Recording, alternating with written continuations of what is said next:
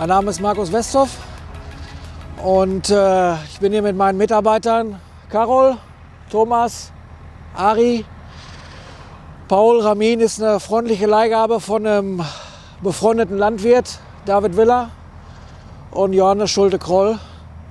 Und wir wollen hier heute auf der Agrargenossenschaft Karstedt knapp 100 Hektar Mais dreschen. Und ja, wir wollen gucken, dass wir den Mais hier heute runterbekommen auf 2 Standorte. Ari fährt gleich 5 Kilometer weiter, fängt dort an und ich bleibe mit einem Teil der Mannschaft hier. Und ja, dann wollen wir mal gucken, ob wir die Welt retten hier heute.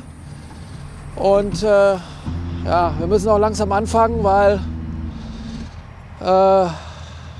in Karstedt, die nehmen nicht ganz so lange an heute, dass wir das auch noch runterbekommen.